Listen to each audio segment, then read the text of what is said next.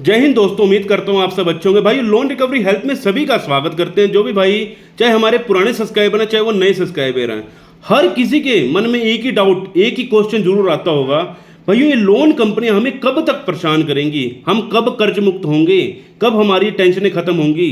हर व्यक्ति के मन में डाउट जरूर आता है। इस वीडियो के माध्यम से भाइयों आपके मन का डर, आपके मन का क्वेश्चन, आपके मन में जो भी डाउट चल रहा है सारा का सारा क्लियर हो जाने वाला है। अगर आप हमारे चैनल पर पहली बार आए हो तो चैनल को सब्सक्राइब करने के साथ वीडियो को एक लाइक कर देना, इतना शेयर करना उन लोगों के साथ जो लोन की किस्त ना भर पाने की वजह से परेशान है। अपने रिश्तेदारों को या कोई आपका अड़ोसी पड़ोसी रिश्तेदार कोई भी होगा, आपका दोस्त, आपका कोई प्रेमी, उसको ये वीडियो को शेयर करना ताकि उन लोगों को अपनी जानकारी पता चले कि ये लोन कंपनी आपको किस प्रकार फंसा रही है और किस प्रकार आप इस जाल में फंसते चले जा रहे हो और आपको इस समय कैसे बाहर निकलना है। क्योंकि भाइयों ये बहुत से लोग फंस जाते हैं इस जाल के अंदर, लेकिन उनको ट्रैप के बारे में पता नहीं रहता। बहुत से लोग आत्महत्या तक का शिकार बन जाते हैं, आत्महत्या कर लेते हैं। कई लोग क्या क्या अपने मन में बुरे बुरे विचार लेके आते हैं, पता नहीं कैसे कैसे विचार होते हैं। तो वीडियो को शेयर करना उन लोगों के साथ, बाकी कमेंट में अपने शहर का नाम बता देना ताकि हम आपको बता सकें आपके शहर में रिकवरी वाले आ सकते हैं या नहीं आ सकते। कंपनी का नाम लिखकर कंपनी का नाम लिखकर जरूर बता दीजिएगा ताकि हम आपको बता सकें कंपनी वाले आ सकते नहीं आ सकते। कई से लोग ऐसे कमेंट में लिख देते हैं अपने शहर का नाम,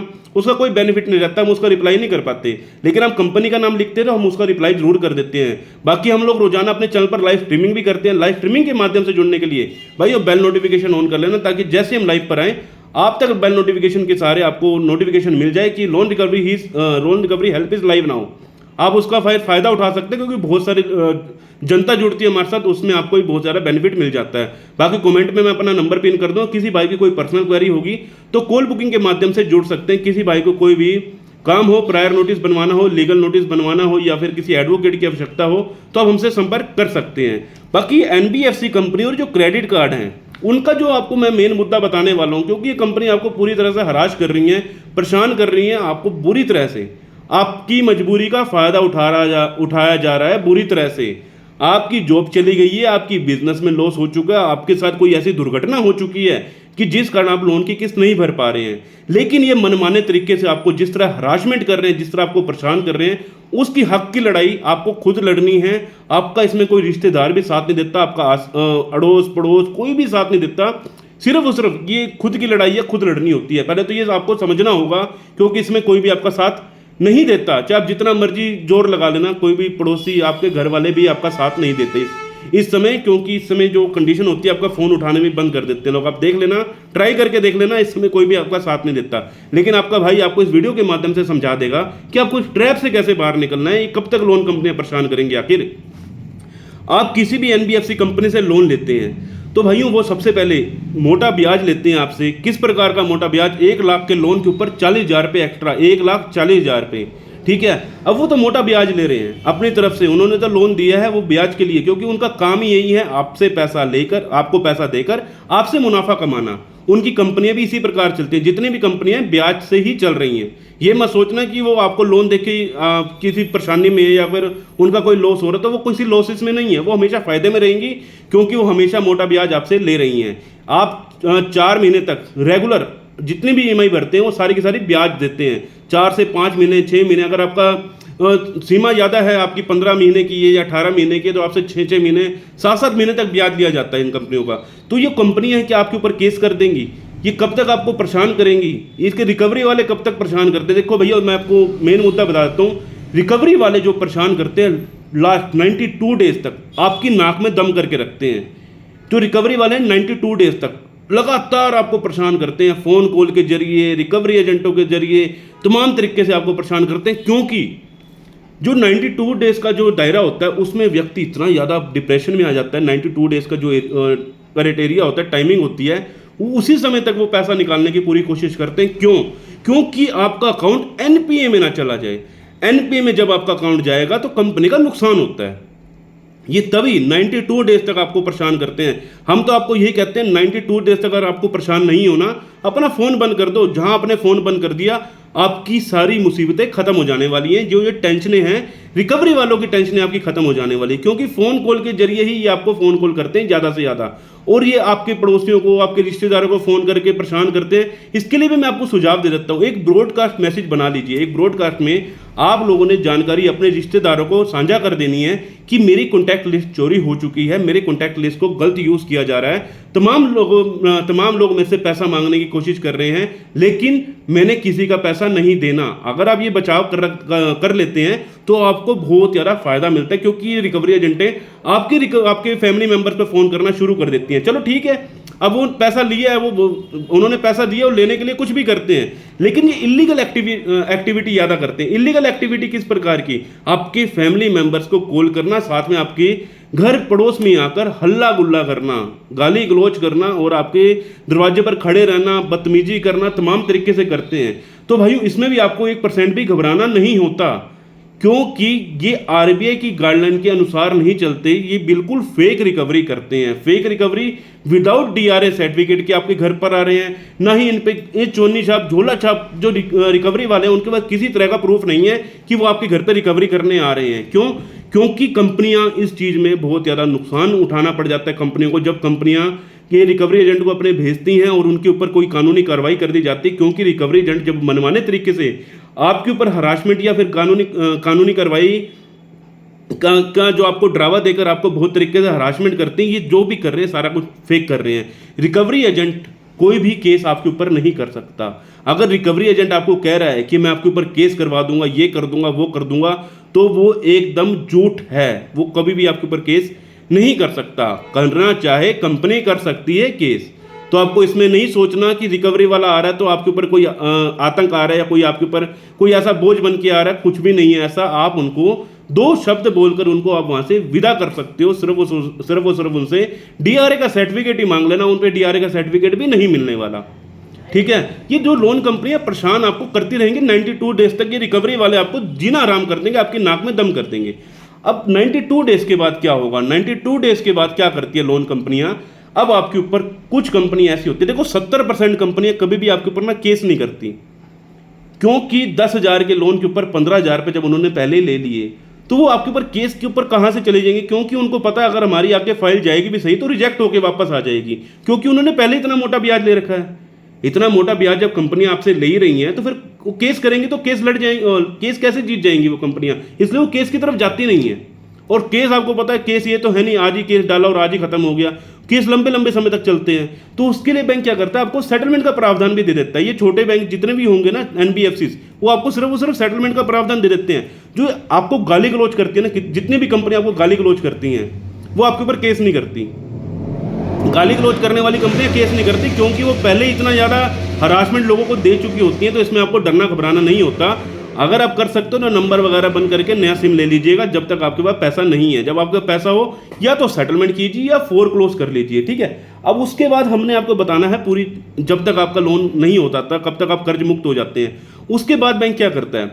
उसके बाद आपके पास बैंक तमाम तरीके से नोटिस वगैरह भेजना शुरू कर देता है। बहुत सारे नोटिस आएंगे आपके पास, legal demand notice, recall notice, आपके पास आर्बिट्रेशन का, सेक्शन 25 का, बहुत सारे नोटिस आते हैं। अगर आपने किसी भी बैंक में ईसीएस नहीं लगा रखी, जो आपकी ऑटो डेबिट होता नहीं लगा रखी, लेकिन फिर भी आपके पास सेक्शन 25 का जो ये ईसीएस हिट का जो आपके पास जो आपके पास नोटिस आ रहा है, तो वो फेक नोटिस भी हो सकता है। तो किसी एक्सपर्ट से उसको जरूर दिखाइएगा, क्योंकि जब आपकी ईसीएस नहीं लग रही तो तमाम तरीके से आपके ऊपर किसी प्रकार का ये ईसीएस का नहीं कर सकते केस। लेकिन जो आपका जो क्रेडिट कार्ड है, क्रेडिट कार्ड में अधिकतर लोग जो है ईसीएस नहीं लगती किसी की भी, तो क्रेडिट कार्ड में इतना बड़ी दिक्कत नहीं आती। उसमें यहाँ से आर्बिट्रेशन करते हैं, आर्बिट्रेशन के ऊपर आप ऑब्जेक्शन लगवा सकते हो, इसमें कोई भी दिक्कत परेशानी नहीं आती। लेकिन अब बैंक क्या है, जो 70% कंपनियां मैंने आपको बता दी जो केस नहीं करती, तो इसमें आपको डरना घबराना नहीं है। लेकिन 30% कंपनियां ऐसी हैं जो आपके ऊपर केस डाल देती हैं। वो जो 30% कंपनी है मैं आपको वो भी बता दूंगा इस वीडियो के माध्यम से। मैं किसी कंपनी का नाम नहीं लेना चाहता, लेकिन आप मेरे से पूछ लीजिएगा, मैं लाइव पर आऊँगा, लाइव पर मैं आपको थोड़ा बहुत आपको हिंट दे दूंगा। आप समझ जाइएगा कि वो कंपनियां केस डाल देती हैं। तो उसमें आपको थोड़ा सा समझना होगा कि वो जो केस डाल देती हैं, जो 30% कंपनियां, वो किस प्रकार केस डालती हैं। वो कंपनियां क्या करती हैं, आपकी ईसीएस बाउंस करके आपको सबसे पहले कोर्ट के पहले तो आपके पास एक डिमांड नोटिस भेजेगी। डिमांड नोटिस के बाद आपको सीधा डायरेक्ट 4 महीने के बाद, बाउंस होने के 4 महीने के बाद आपके घर पर एक बाय पोस्ट एक सम्मन आ जाएगा। सम्मन ये नहीं पता आपकी कहाँ की डेट डली है, कहाँ की हियरिंग डली है, कौन से शहर में आपको बुलाया जा रहा है, वो तो देखो आपके पास जब तक सम्मन नहीं आएगा तब तक पता नहीं चलेगा। लेकिन अगर आप उस सम्मन का इग्नोर कर देते हैं, सम्मन को आपने कभी भी इग्नोर नहीं करना, किसी एक्सपर्ट से, किसी वकील के माध्यम से उसके ऊपर आपने ऑब्जेक्शन लगवानी है, वहाँ पर या तो किसी वकील को खड़ा कीजिए या फिर खुद जाइए, या आप खुद जाइए वहाँ पर, आपको कोलकाता में या फिर आपको कहीं भी आपका केस पड़ सकता है, आपको वहाँ जाना पड़ेगा। अगर आप नहीं जा सकते, किसी वकील को भी वहाँ पर आप भेज सकते हैं। तो इसमें आपको ये दिक्कत नहीं है कि आपको जेल हो जाएगी, तो तमाम तरीके से लोग डरे बैठे हैं कि हमको जेल हो जाएगी। कई बार इसमें क्या होता है, सम्मन को इग्नोर करते हैं, आपके पास वारंट आ जाते हैं। जब वारंट इशू कर दिए जाते हैं तब आपके साथ दिक्कत परेशानी बढ़ जाती है। तब आपके घर पे पुलिस वाले आते हैं। पुलिस वाले क्या करेंगे, आपके ऊपर सम्मन पकड़ाने आएंगे, या तो आप उसमें क्या होता है, आपको इसके अंदर हमेशा सेम डे बेल का ऑप्शन मिलता है। और ज़्यादा से ज़्यादा लोन कंपनी आपके साथ क्या करती हैं, ज़्यादा से ज़्यादा लोन कंपनी आपके ऊपर सेटलमेंट का दबाव देती हैं। जितना हो सकेगा सेटलमेंट का दबाव जाएगा आपके ऊपर कि आप सेटलमेंट कर लो। कई कंपनी आपको सेटलमेंट जो दे देती हैं प्रिंसिपल अमाउंट पर दे देती हैं, कई कंपनी आपको दे देती है आउटस्टैंडिंग पर। आपको सेटलमेंट हर बैंक देगा, ये मत सोचना कि आपको सेटलमेंट नहीं मिलेगी। जब आप 3 महीने के बाद सेटलमेंट करते हैं, 3 महीने के बाद आपको सेटलमेंट के ऑफर आने शुरू हो जाते हैं। आपको कंपनियां लगातार ट्राई करती हैं फ़ोन करने के, लेकिन आपके फ़ोन बंद होते हैं, तो आपको कोई दिक्कत नहीं है। आप अपनी ईमेल का सहारा ले सकते हैं। आपकी ईमेल पर तमाम तरीके से आपके पास मैसेजेस आते हैं, आपको उसको कभी भी इग्नोर नहीं करना। आपको पढ़ना होता है, किसी एक्सपर्ट से उसकी जानकारी लेनी होती है कि इसके अंदर क्या लिखा है, क्या मेरे को इसके ऊपर कोई दिक्कत परेशानी तो नहीं आ जाएगी, ये जानना आपको बहुत ज़्यादा जरूरी होता है। लेकिन अब हम ये बता देते हैं, लोन कंपनी आपको अब यहाँ तक तो पहुँच गई, 6 महीने तक तो हमने आपको कवर कर दिया। अब उसके बाद लोन कंपनी आपके राइट ऑफ तक पहुँचाने की कोशिश करती है। राइट ऑफ होता है 9 महीने के बाद। राइट ऑफ का मतलब होता है आपका बैंक कौन सा है ना, जो आपका अकाउंट है, पहले आपका किसी एक ABC बैंक में था, ABC बैंक से अब उसको थर्ड बैंक में BCA में उसको बेच दिया। आपका अकाउंट अब बिक चुका है। बिकने के बाद अब एक ही कंपनी, एक एजेंसी के पास आपका खाता पड़ा हुआ है। अब आप उसको सेटलमेंट की तरफ ले जा सकते हो। बड़े प्यार से आपको जो सेटलमेंट मिलने वाली है उसके अंदर आपको 10%, 15%, 20%, 30% तक में आप सेटलमेंट बैंक से करवा सकते हो वो। लेकिन आपको अपने मुंह पर चुप्पी रखनी होगी। अगर आप मुंह से बोल देंगे कि मैं सेटलमेंट करना चाहता हूं, तो आपको कोई भी बेनिफिट नहीं मिलने वाला। वो आपको जो सेटलमेंट, अगर आप अपनी तरफ से बोलें कि मैं सेटलमेंट करना चाहता हूं, तो आपको सेटलमेंट का ऑफर कभी भी अच्छा नहीं देंगे। जब तक बैंक अप्रोच ना करे आपको सेटलमेंट की, तो आपको तब तक का वेट करना है। अगर आप कहते हो कि मैं सेटलमेंट की तरफ अभी जा ही नहीं सकता, तो ये लोन कंपनी कब तक परेशान करती हैं। तो देखो भैया, जिसने पैसा दे रखा है वो आपको पैसा निकालने के लिए कोई ना कोई ट्राई तो करती रहेंगी। कहीं क्या करते हैं, आपके सेटल कर देंगी, आपके जो आपका जो होता है, क्या बोलते हैं, पैन कार्ड वगैरह, जिसमें सिविल में, सॉरी मैं थोड़ा हो गया, ज़्यादा बोल दिया। तो देखो, सिविल के अंदर आपके ऊपर सब कुछ लिखा होता है, सेटल लिखा होता है, विलफुल डिफॉल्ट लिखा होता है, सब कुछ लिखा होता है। कई बैंक उसमें सेटल्ड कर देती हैं, ठीक है।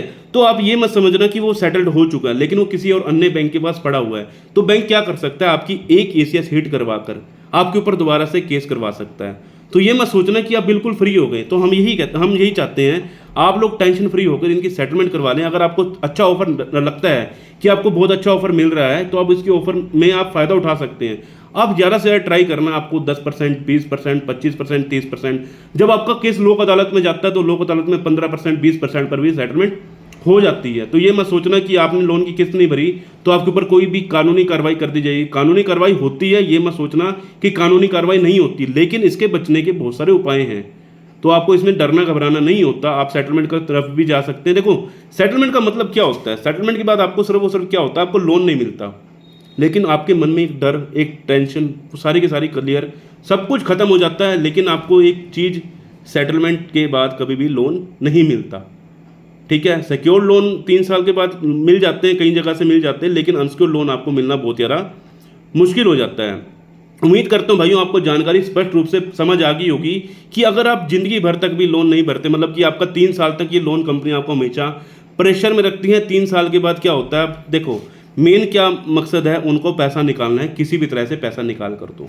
तो ये रिकवरी एजेंटों का सहारा लेंगे, इसके बाद और कुछ नहीं है। ज़्यादा से ज़्यादा ECS हिट का केस कर देंगे, तो ECS अगर केस कर भी देते हैं तो आप उसकी साथ में सेटलमेंट भी करवा सकते हैं। तो सेटलमेंट आपका अधिकार है, तो इसमें आपको डरना नहीं है, घबराना नहीं है। सिर्फ वो सिर्फ ठंडे दिमाग से एक चीज़ सोचनी है, पैसा लिया है तो दे देंगे, पैसा नहीं है अभी, सिर्फ वो सिर्फ कंडीशन खराब है। और एक चीज़ हमेशा मैं इस वीडियो के माध्यम से, हर वीडियो के माध्यम से बोलता हूँ, पैसा है तो दे दो, नहीं है तो अपने हक की लड़ाई खुद लड़ो, किसी से डरने घबराने की जरूरत नहीं है। उम्मीद करता हूँ जानकारी पसंद आई होगी। अगर यहाँ तक वीडियो तक पहुँच गए तो एक बार लाइक करके कमेंट में जरूर लिख देना कि आपको वीडियो कैसे लगी। मिलते हैं किसी और इन्फॉर्मेटिव वीडियो के साथ। जय हिंद, जय भारत।